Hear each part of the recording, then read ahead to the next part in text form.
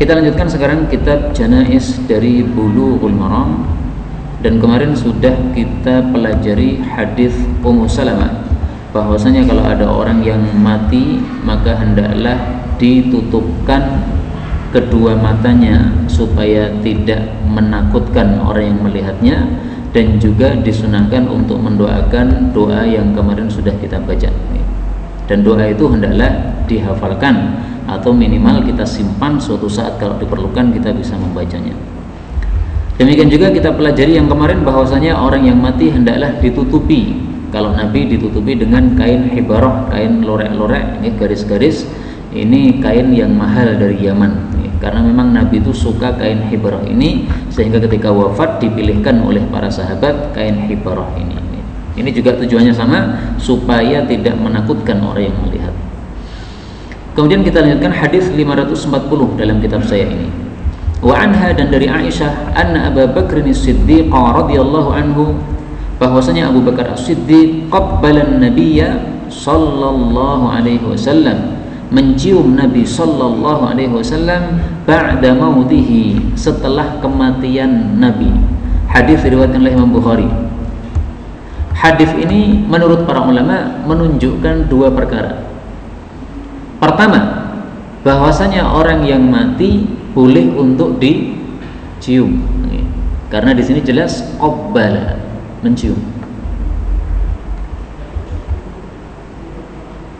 Pelajaran yang kedua, menurut para ulama hadis ini menunjukkan apa? Bolehnya menyingkap wajah orang yang sudah mati. Karena mencium itu harus apa? Menyingkap. Ini cerdasnya para ulama. Hadisnya hanya mengatakan mencium, tapi para ulama katakan ini ada dua pelajaran. Boleh menyingkap apabila diperlukan, dan boleh mencium. Tapi hukum laki perempuan di sini tetap berlaku. Sehingga jangan gara-gara ada hadis ini panjenengan punya tetangga wanita cantik mati, panjenengan mungkin ngamalkan sunnah. Aku pengen mencium, mengamalkan sunnah hadis Bulughul Maram 540, ngawur nih. Nah, ini aku mengambil kesempatan dalam kesempitan, orang oleh ini. Itu khusus untuk laki-laki, perempuan. Atau kalau suami istri nggak apa-apa, atau anak bapak nggak apa-apa. Mungkin ada pertanyaan, bukankah yang melakukan ini adalah qabbalan Nabi, Abu Bakar yang melakukan? Bukankah dalil kan hanya 4 saja? Quran, sunnah, kesepakatan para ulama, atau qiyas terhadap Quran dan sunnah. Lah ini kan bukan Quran, bukan sunnah, bukan kesepakatan para ulama, juga bukan qiyas terhadap Quran sunnah. Ini kan hanya perbuatan satu orang sahabat Nabi, itu Abu Bakar as-Siddiq. Nah, maka jawabannya dua. Pertama, bahwa perbuatan ini pernah juga dilakukan oleh Rasulullah sallallahu alaihi wasallam. Mari kita lihat hadis riwayat Imam Tirmidzi nomor 989. Anna an-nabiyya sallallahu alaihi wasallam qabbala Utsman bin Maz'un. Nabi mencium Utsman bin Maz'un wa huwa mayyitun, padahal dia sudah mati, wa huwa yabki, dalam keadaan Nabi menangis. Jadi boleh mencium, boleh juga apa? Menangis. Yang tidak boleh itu meratap. Jadi kalau hanya tangis keluar air mata nggak apa-apa, atau keluar suara sedikit biasalah, normal orang nangis ada keluar sedikit-sedikit terisak-isak, itu nggak apa-apa. Tapi kalau mewek-mewek sampai menjerit-jerit sampai suaranya keras, ini yang dilarang oleh Nabi SAW. Maka dalam riwayat yang lain disebutkan ainahu tadhrifan, dua mata Nabi itu melelehkan air mata. Jadi yang dimaksud menangis ini bukan suara yang keras, bukan, tapi hanya air mata meleleh. Kalaupun ada suara isakan sedikit kecil itu dimaafkan. Nah, ini derajat hadisnya adalah hasanun sahih. Nah, maka ini jawaban pertama menunjukkan bahwa masalah ini betul-betul diperbolehkan karena Nabi melakukannya. Jawaban yang kedua, anggaplah ini perbuatan Abu Bakar as-Siddiq saja. Ini ketika dilakukan oleh Abu Bakar as-Siddiq di hadapan para sahabat yang sangat banyak dan semuanya tidak ada yang mengingkari, ini bisa disebut sebagai kesepakatan para ulama. Istilahnya ulama itu adalah ijma' sukuti, kesepakatan diam. Yang melakukan satu orang, Abu Bakar as-Siddiq, tapi semua para sahabat, semua para ulama zaman itu diam. Itu namanya kesepakatan diam, itu juga termasuk kesepakatan. maka ini anggaplah Nabi tidak pernah melakukan, tetap bisa dijadikan dalil. Tapi sudah terbukti tadi Nabi juga pernah melakukannya. Hadis 541, wa an Abi Hurairah radhiyallahu anhu 'anil Nabi sallallahu alaihi wasallam qala, nafsul mu'min, jiwa atau nyawa seorang mukmin. Jadi nafs itu adalah roh, ya. Roh seorang mukmin, mu'allaqatun, itu tergantung. Jadi artinya masih apa? Gantung, ya. Bidainihi, dengan sebab utangnya, hatta yuqda anhu, sampai dilunaskan untuk dia. Hadis diriwayatkan oleh Ahmad, Tirmidzi dan yang lain-lain, derajatnya adalah hasan. Hadis ini menunjukkan bahwasanya utang itu sangat bahaya sekali. Apabila kita mati belum melunasi, itu menyebabkan roh kita masih bergantung. Muncul pertanyaan, apa maksudnya mu'allaqatun? Gantung ini maksudnya piye? Apakah seperti kata orang-orang, rohnya gentayangan sehingga jadi pocongan dan sebagainya, jadi hantu? Bukan itu. Yang dimaksud tergantung ini maksudnya dia tertahan, belum mendapatkan apa yang semestinya dia dapatkan. Orang beriman itu mestinya kalau mati itu mendapatkan kenikmatan. Dalam kuburannya mendapatkan apa? Kenikmatan.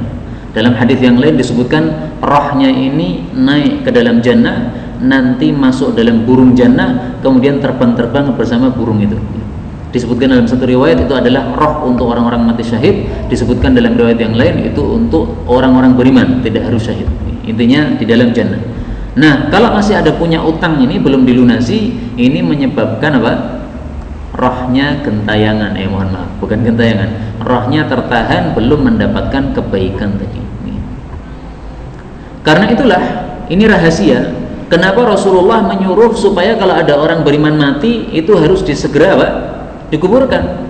Kenapa? Karena supaya dia segera mendapatkan kebaikan itu. Kalau kita tahan di atas keranda, itu sama dengan kita menghukum dia, ya. Semestinya dia sudah mendapatkan istri bidadari, tapi malah ditahan-tahan, ya. Gosek wae. Maka kasihan ini orang mati kalau ditahan-tahan, ya. Kalau orang mati disegerakan, senang sekali. Rasulullah SAW memberikan informasi rahasia ini, ya. Karena ini kita tidak pernah mendengarnya, tetapi ini informasi valid dari Nabi SAW. Rasulullah mengatakan kalau ada orang beriman mati, maka jenazahnya mengatakan apa? Qaddimuni, segerakan saya. Maksudnya jangan tahan saya, atau bahasa Jawanya ojo tok embu aku iki. Wis mati malah dimbu iki piye? Qaddimuni, segerakan. Maka kemarin paman saya wafat, Ustadz Bisri Mustafa di Jebres itu. Rencananya mau dibawa ke kuburan jam 1, tapi kemudian diralat nih jam 10. Kenapa? Jam 1 kesuwen. Wafatnya itu jam 2 malam. Kenapa harus jam 1? Itu kan jam 1 itu kan adat orang Jawa kan. Biasanya jam 1 habis zuhur kesuwen katanya. Nah, maka kalau sudah siap, memang jam 10 udah siap, udah dikuburkan segera, nggak ada masalah. Itu malah bagus, itu sesuai sunnah Nabi sallallahu alaihi wasallam. Rahimahullahu taala. Kemudian dari hadis ini kita ambil pelajaran juga bahwasanya hendaklah orang yang mati apabila dia meninggalkan hutang, hendaklah para ahli warisnya atau para kerabatnya itu hendaklah betul-betul mementingkan. Karena kalau tidak dipenting-pentingkan masalah ini kasihan sekali jenazah atau rohnya orang yang mati dari kerabat kita itu. Karena itu Abu Bakar As-Siddiq ketika Rasulullah wafat, apa yang dia lakukan? Dia iklankan, siapa yang punya diutangi oleh Nabi SAW, punya piutang belum dibayar oleh Nabi, beritahukan kepada saya. Siapa yang Nabi sudah pernah memberikan janji kepada dia belum diberikan, ini kan berarti utang juga, utang janji, maka lapor kepada saya. Maka ada seorang sahabat Nabi datang kemudian mengatakan, wahai Khalifah Rasulullah, saya pernah dijanjikan oleh Nabi kalau ada harta yang banyak dari Bahrain saya akan diberikan. Nah, ternyata saya belum diberikan. Nah, maka oleh Abu Bakar As-Siddiq disuruh ngerayu, sak cawok langsung. Zaman dulu masya Allah, dermawan sekali. Jadi harta uang dinar diambil dalam karung, wes nyo rayuan sak karmu, ngerayu. Udah dirayu suruh ngambil lagi, wes jika meneng 2 kali. Kira-kira sudah bisa untuk bangun rumah itu, karena dinar Dinar kita tahu emas mahal Nah itu rong rayu itu untuk piro kata sekali Nah itu karena sudah dijanjikan oleh Nabi SAW, maka disuruh untuk mengambil seperti itu. Hadis berikutnya 542, wa an Ibnu Abbas radhiyallahu anhuma anna an-nabiyya sallallahu alaihi wasallam qala, bersabda, fil ladzi, tentang orang yang saqata, jatuh, an rahilatihi, dari kendaraannya. Rahilah itu adalah unta yang kuat. Famata, lalu orang ini mati. Matinya karena diinjak oleh untanya. Jadi dia jatuh dari untanya, kemudian terinjak oleh untanya, ini tengkuknya sampai retak, akhirnya mati. Nah, Rasulullah mengatakan, igsiluhu, mandikanlah orang mati ini, bima'in wasidrin, dengan air dicampur bidara. Wa kafinuhu, dan kafankanlah dia itu, fi thawbaini, dalam 2 helai kain. Hadis muttafaqun alaih. Hadis ini sebenarnya ada kelengkapannya, sayangnya tidak ditulis oleh penulis Ibnu Hajar Al-Asqalani, maka saya lanjutkan di sini. Wala tuhannituhu, dan janganlah kalian memberikan minyak wangi kepada dia, yaitu serimpi kalau zaman sekarang. Wala tukhammiru ra'sahu, dan jangan kalian tutupi kepalanya. Kenapa? Fa innallaha yab'atsuhu yaumal qiyamati mulabbiyan, karena Allah nanti akan membangkitkan dia pada hari kiamat masih membaca talbiyah. Dalam riwayat yang lain disebutkan, fa innallaha yab'atsuhu yaumal qiyamati yulabbi, Allah akan bangkitkan dia pada hari kiamat masih membaca talbiyah, karena dia matinya dalam kondisi apa? Nah, dalam kondisi haji atau dalam kondisi ihram. Tayyib. Hadis ini menunjukkan bahwasanya orang mati itu wajib untuk dilakukan terhadap dia 2. 1, wajib dimandikan. 2, wajib dikafani. Ini orang muslim Pak. Adapun orang kafir gua tok ora apa-apa. Jadi orang kafir itu seandainya ada kerabat kita yang kafir, naudzubillah, mati. Itu dalam mazhab Syafi'i ora usah diadusi, ora usah diurusi, cemplungno nenggon lahat, liang lahat. Jadi liang lahat itu mboten dilebokke alon-alon, mboten plung kene Pak. Plung ngene. Kaya gua napa? Sampah napa debok napa tai ngene iki. Gua plung ngene iki. Nah, itu dalam mazhab Syafi'i seperti itu. Karena orang kafir ini tidak punya kehormatan. Nah, maka ini untuk orang muslim wajib untuk irsilu, dimandikan. Ini kewajiban pertama. Kewajiban kedua, kafinu, kafanilah. Masalah ini bisa dikatakan sudah disepakati oleh para ulama bahwasanya memandikan jenazah hukumnya adalah apa? Wajib. Anggaplah ada yang berpendapat itu sunnah, itu hanya pendapat sangat tidak terkenal, dan itu bisa dikatakan pendapat yang syadz karena itu menyelisih sabda Nabi irsilu, ini perintah, dan kita tahu bahwasanya hukum asal dari perintah adalah apa? Wajib. Tapi dengan adanya perselisihan pendapat tadi, kita bisa mengambil faedah. Faedahnya apa? Dalam kondisi kita terpaksa, misalnya dalam kondisi kasus tsunami ini, kita kumpulkan banyak jenazah dan jenazahnya sudah sangat bau sekali, apakah harus kita mandikan dulu? Nah, dalam kondisi seperti ini kita bisa pakai pendapat yang mengatakan tadi ya, tidak wajib atau sunnah. Ini karena dalam kondisi terpaksa. Kalau harus kita mandikan satu persatu susah. Nah, kondisi susah atau kondisi terpaksa, kondisi darurat ini menyebabkan boleh untuk tidak dimandikan. Tapi hukum asalnya adalah apa? Wajib untuk dimandikan. Dimandikan dengan apa? Bima'in wasidrin, air campur bidara. Nabi tidak mempraktekkan atau tidak menyebutkan secara terperinci bagaimana campur bidaranya itu. Hanya para ulama mengatakan caranya daun bidara diambil, kemudian diusek-usek, apa itu namanya Pak? Nah, diremes-remes di dalam air sampai keluar buih. Nah, kalau sudah keluar buih, maka air bidara ini atau bekas daun bidara ini bisa kita gunakan sebagai sabunnya itu. Atau kalau tidak begitu ya bidaranya dimasukkan situ, kemudian kita ambil airnya. Nah, itu sudah cukup, tidak harus daunnya tadi untuk sabun, tidak harus. Tapi itu adalah praktek menggunakan bidara di dalam memandikan jenazah, diremes-remes sampai keluar buihnya.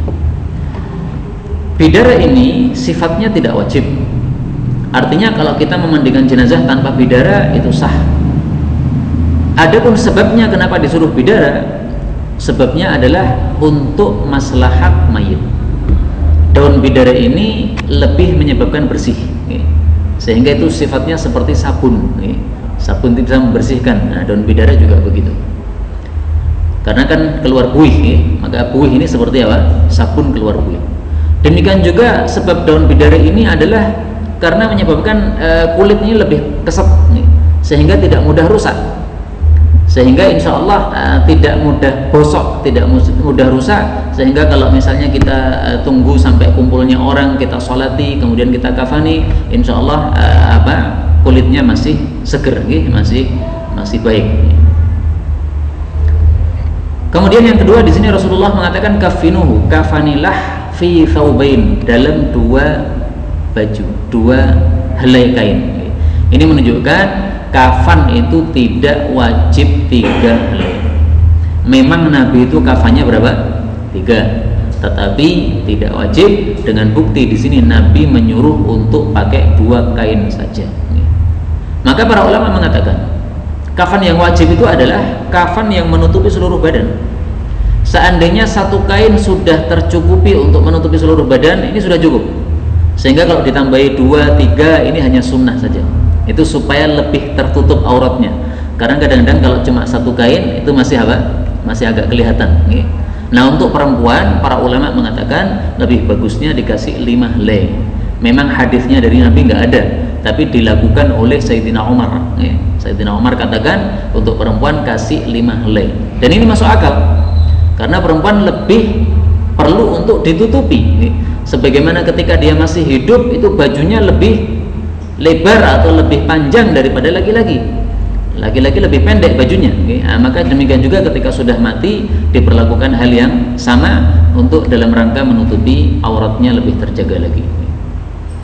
Kemudian kata-kata thawbain ini, 2 baju ini tidak disebutkan baju apa, tapi kita dapatkan dalam riwayat yang lain kalimatnya adalah thawbaihi, kafinuhu, kafanilah dia fi thawbaihi, dalam 2 kain dia. Berarti kain yang dipakai untuk ihram. Orang ihram kan biasanya pakai kain atas untuk menutupi dada, dan pakai kain bawah untuk sarung. Nah, itu maksudnya yang dipakai untuk kafan. Maka ini maksudnya kalau ada orang yang mati dalam kondisi masih ihram, belum selesai ihramnya, kain ihramnya masih dipakai pada badannya, maka adalah kain itu yang digunakan sebagai kafan.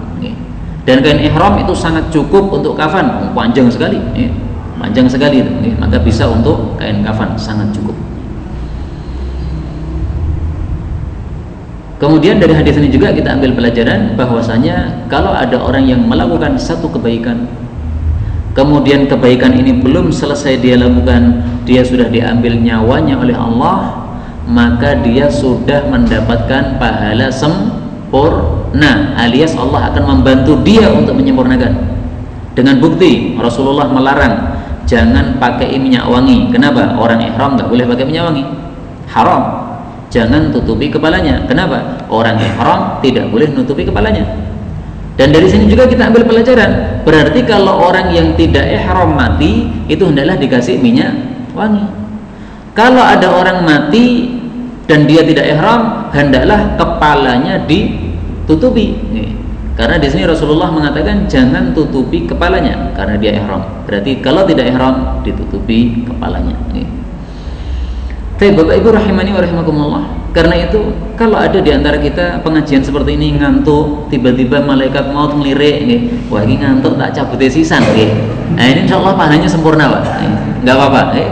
Jadi mati pas pengajian betul nopo-nopo, itu sama dengan apa? Pahalanya insyaallah sudah sama. Nanti dibangkitkan oleh Allah dalam keadaan juga Pak, masih ngaji masih ngantuk ini. Tangi-tangi dari apa? Dari kubur itu dalam kondisi masih dingklok masih ngantuk. Tayyib, saya malah teringat satu cerita. Ada seorang ulama ahli hadis, memang dia ini ahli bid'ah, tetapi dalam masalah hadis dia terpercaya, sehingga para ulama biasanya mengatakan ini dia dari sisi akidah dia sesat, tapi dari sisi hadis diterima karena memang dia orang yang jujur, periwayat hadis. Nah, pernah ada seseorang ulama ditanya bagaimana kondisi ahli bid'ah ini, perawi hadis ini. Maka dia mengatakan orang tersebut mati di atas perut istrinya, alias ketika sedang hubungan intim. Sementara ulama hadis yang lain itu mati ketika sujud. Seolah-olah ulama ini melecehkan dia. Kalau yang ini matinya ketika sujud, masya Allah, dekat sama Allah. Tapi yang ini ngopo ya, mati pas jima. Nah, maka oleh Imam Zahabi dikomentari, apa salahnya orang mati ketika jima? Karena mati itu di tangan Allah Subhanahu wa Ta'ala. Justru dia mati ketika hubungan intim ini sudah dapat pahalanya. Sama dengan ini tadi, ihram mati nggak ada masalah. Ini bukan satu celah. Ini bukan seolah-olah Allah tidak menerima ihram dia, bukan. Ini satu kebaikan seperti ini. Maka kalau ada orang mati sedang hubungan intim dengan istrinya, nggak ada masalah. Dan itu bagus, sudah dapat pahalanya. Berbeda kalau dia mati di atas perut istri tetangganya. Nah, itu beda lagi. Ini istrinya sendiri, nggak ada masalah. Pahala dari Allah Subhanahu wa Ta'ala. Rasulullah Shallallahu Alaihi Wasallam mengatakan dalam hadis yang sahih, hadisnya cetawelo-welo, maka saya bacanya juga cetawelo-welo, tidak saya ubah nih. Walaka, dan bagimu wahai laki-laki, fi jima'ika, di dalam jima'mu. Ini kalimatnya Nabi Bang, saya tidak ngubah-ngubah. Zaujataka, terhadap istrimu, ajrun, ada pahala. Hadis riwayat Imam Nasai, disahihkan oleh Ibnu Hibban. Nah, ini ada orang ulama ahli hadis mati di atas perut istrinya dapat pahala. Ini udah niatan untuk melakukan satu amal saleh, maka nggak ada masalah itu. Dan kemudian kita lanjutkan hadis 543. Wa an Aisyah radhiyallahu anha qalat, lamma tatkala aradu, mereka ingin ghaslan Nabi sallallahu alaihi wasallam, memandikan jenazah Nabi. Qalu, mereka bertanya, maksudnya bertanya sesama mereka.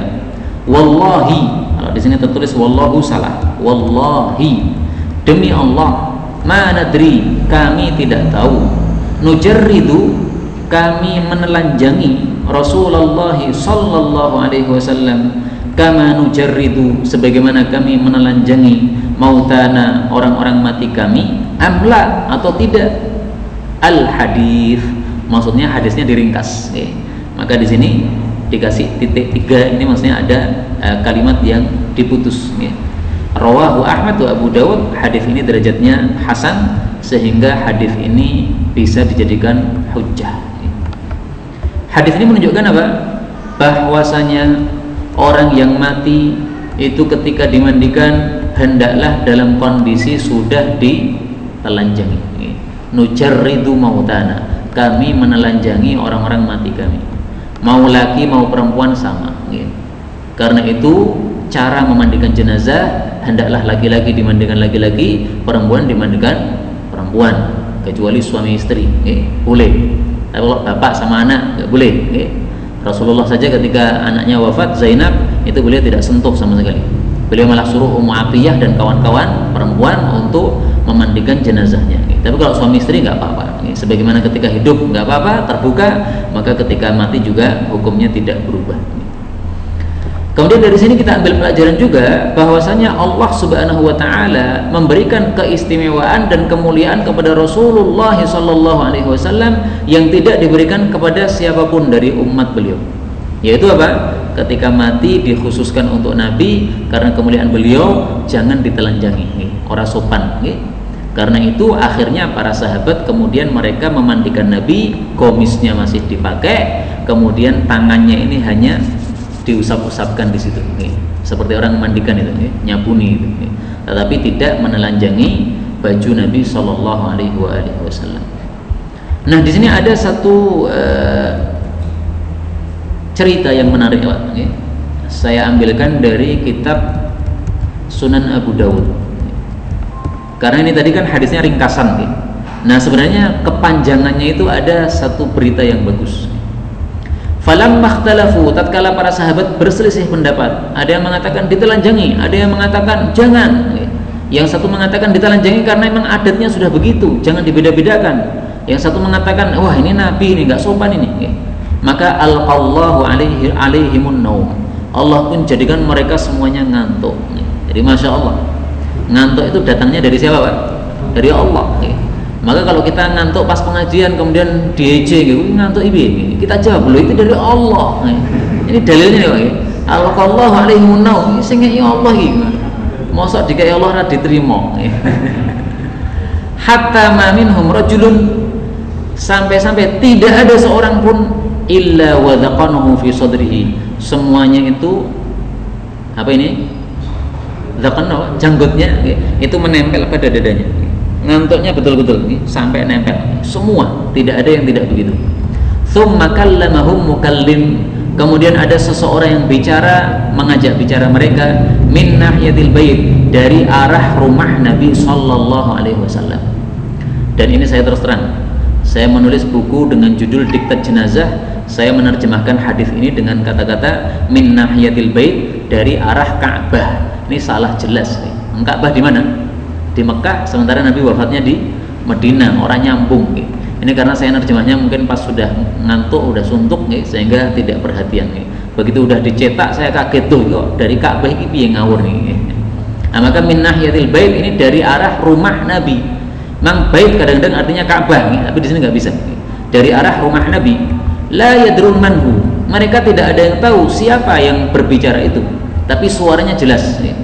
Ighsilun nabiyya sallallahu alaihi wasallam, mandikanlah Nabi, wa alaihi thiyabuhu, masih memakai baju. Faqamu ila Rasulillah sallallahu alaihi wasallam, para sahabat pun akhirnya mereka bangkit menuju jenazah Nabi. Faghasaluhu wa alaihi qamisuhu, mereka mandikan masih beliau pakai gamis. Yasubbunal ma' fawqal qamis, mereka tuangkan air di atas gamisnya di Nabi. Wa yudallikunahu bil qamis, mereka itu menggosok-gosok pada gamis Nabi tuna aidihim, dengan tangan-tangan mereka. Jadi tangannya tidak menyentuh kulitnya Nabi, karena ini seperti nggak sopan, tapi tangannya hanya disentuhkan pada baju Nabi Shallallahu Alaihi Wasallam. Kemudian di akhir hadis Aisyah mengatakan, kalau saya tahu masalah ini dulu-dulu, saya berpendapat tidak memandikan Nabi kecuali istri-istrinya saja. Karena kalau istri-istrinya kan apa? Bebas nih, seperti ketika masih hidup bebas, maka ketika sudah wafat juga bebas. Tapi pemikiran untuk memandikan jenazah Nabi ini hilang pada waktu Nabi wafat karena saking sedihnya. Begitu sudah selesai, Aisyah teringat, Masya Allah, di seorang tak mandikan aja. Maka waktu itu yang memandikan bukan istri-istri Nabi, yang memandikan adalah para sahabat Nabi, terutama kerabat-kerabat Nabi. Ali bin Abi Thalib itu yang memegang badan Nabi, kemudian ditidurkan di pangkuan dia, kemudian orang-orang yang memandikan. Nah, maka Ali bin Abi Thalib ini yang paling dekat urusannya kepada Nabi dalam pemandian jenazah beliau ini. Nah, ini kita ambil pelajaran di sini. Kadang-kadang ada suara tidak diketahui siapa pemilik suara itu, dan itu adalah makhluk-makhluk yang dikirim oleh Allah Subhanahu wa taala. Bisa berupa malaikat, bisa pula berupa jin. Jadi kadang-kadang kalau kita nemu suara dan kita tidak tahu siapa orangnya, itu bisa jadi adalah jin. Nah, sehingga jangan cepat-cepat untuk apa? Percaya. Ada seorang ulama besar namanya Syekh Abdul Qadir Al-Jilani. Beliau ahli ibadah yang sangat handal. Pada suatu malam dia sedang ibadah tahajud kepada Allah Subhanahu wa taala, suara dari langit datang. Wahai hambaku Abdul Qadir Al-Jilani, engkau sudah kucintai sehingga sekarang engkau sudah kugugurkan kewajiban-kewajibanku. Isra wajib salat maneh. Maka Syekh Abdul Qadir Jailani ketika sedang tahajud diomongi kayak begitu, bukan dia mengatakan wah Masya Allah aku tingkatanku tinggi, enggak begitu. Beliau mengatakan kadzabta, dusta kamu setan pasti kamu itu. Tidak mungkin Allah menggugurkan kewajiban untuk saya. Oh, Nabi Muhammad saja tingkatannya lebih tinggi dari saya, kewajiban enggak digugurkan. Masa aku tingkatannya lebih rendah malah digugurkan? Orang mungkin. Kowe ngapusi, ra iso ngapusi. Nah, maka ini suara setan jangan apa? Kita percayai. Kalau kita sedikit ilmu mungkin kita akan Masya Allah saya dapat wahyu, wahyu mugui, wahyunya setan nih. Nah, maka ini harus apa? Diperhatikan masalah ini. Bahkan di sini ada satu kitab bagus sekali Pak. Judulnya Hawatiful Jin.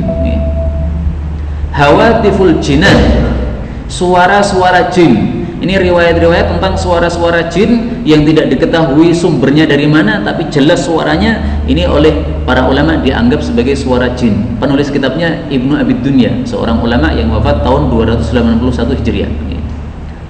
Dalam Sahih Bukhari bahkan ada cerita.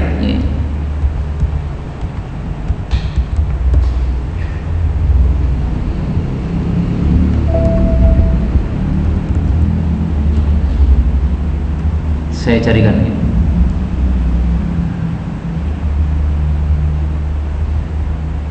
Nah ini, Matal Hasan ibnul Hasan ibni Ali, telah wafat Hasan putranya Hasan bin Ali. Jadi cicitnya Nabi. Fadarabat imra'atuhu al-qubbah, maka istrinya karena sedih dia membuat kubah ala qabrihi, di dekat kuburannya, sanatan, selama setahun tinggal di situ, Pak. Ini berarti istri yang tidak solehah nih, istri yang bodoh ya ini.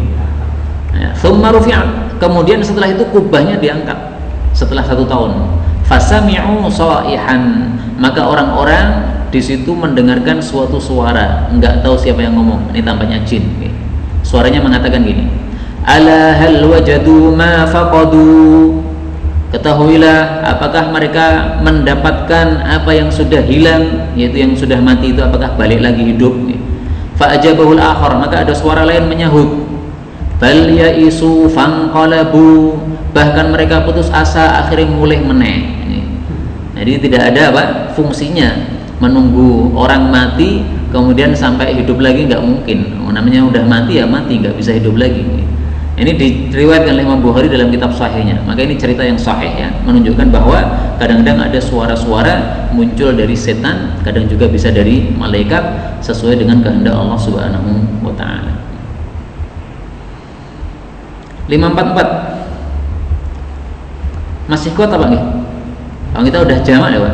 Ini pengajiannya sampai jam 12 malam loh nih. 544. Wa an Ummi Athiyyah radhiyallahu anha qalat, dakhala, telah masuk alaina kepada kami an-nabiyyu sallallahu alaihi wasallam, wa nahnu nughassil, sementara kami memandikan ibnatahu, putri beliau. Nah, ini dalilnya tadi ya, bahwa kalau ada anak perempuan mati itu bapaknya tidak boleh memandikan, karena Nabi juga tidak memandikan putrinya. Ini putrinya diperselisihkan siapa. Pendapat yang terkenal mengatakan Zainab, ada juga yang mengatakan ini Ummi Kulthum. Faqala, lalu Nabi bersabda, ighsilnaha, mandikanlah Zainab, thalathan, 3 kali, au khamsan, atau 5 kali, au akthar min dhalik, atau lebih banyak dari itu. In ra'aitun dzalik, jika kalian berpendapat seperti itu. Bima'in wasidrin, dengan air campur sidr, bidara. Waja'alna, dan jadikanlah fil akhirati, pada pemandian yang terakhir, kafuron, kapur, atau kalau sekarang ya kapur barus, pokoknya sesuatu yang wangi. Sebenarnya kafur itu bukan kapur barus nih, tapi sesuatu yang wangi dari tumbuh-tumbuhan Arab nih. Au syai'an min kafurin, atau sesuatu dari kafur.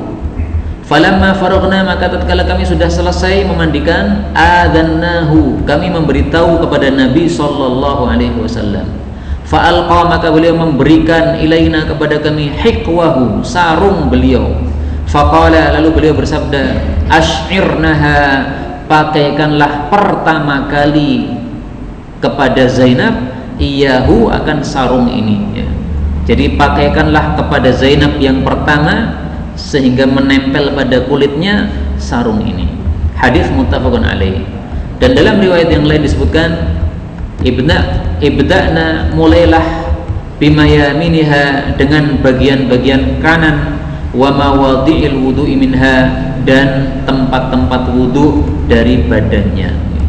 Hadis ini sahih, menunjukkan cara memandikan jenazah yang sesuai sunnah Nabi sallallahu alaihi wasallam. Bagaimana yang sesuai sunnah? Pertama, ighsilna, mandikanlah. Ini perintah kepada para wanita. Berarti kalau ada jenazah wanita mati, hendaklah yang memandikan adalah para wanita. Ini sunnah yang pertama. Yang kedua, thalathan, 3 kali. Berarti ini minimalnya 3 kali. Jangan 1 kali, jangan 2 kali, tapi minimalnya adalah 3 kali. Meskipun ini masih diperselisihkan oleh para ulama. Zahirnya adalah 1 kali sudah cukup apabila sudah membersihkan, tetapi karena di sini Nabi menyuruh 3 kali, berarti minimalnya adalah 3 kali, dan itulah yang paling baik untuk kita. Apalagi Indonesia ini kan banyak air, sehingga gampang. 3 kali itu sangat mudah. Kalau 3 kali dirasa belum cukup, au khamsan, 5 kali. 5 kali dirasa belum cukup, au akthar, atau lebih banyak. Lebih banyak dari 5 itu berarti berapa? Bukan 6, tetapi apa? 7. Karena tadi Nabi sejak tadi menyebutkan bilangan ganjil, 3 atau 5 atau 7. Karena itu Imam Ahmad mengatakan tidak bagus lebih dari 7 kali. Kenapa? Karena di sini khamsan au aktsar, 5 atau lebih. Lebih itu 7. Berarti jangan lebih dari 7. Beliau memakruhkan kalau memandikan jenazah lebih dari 7. Nih.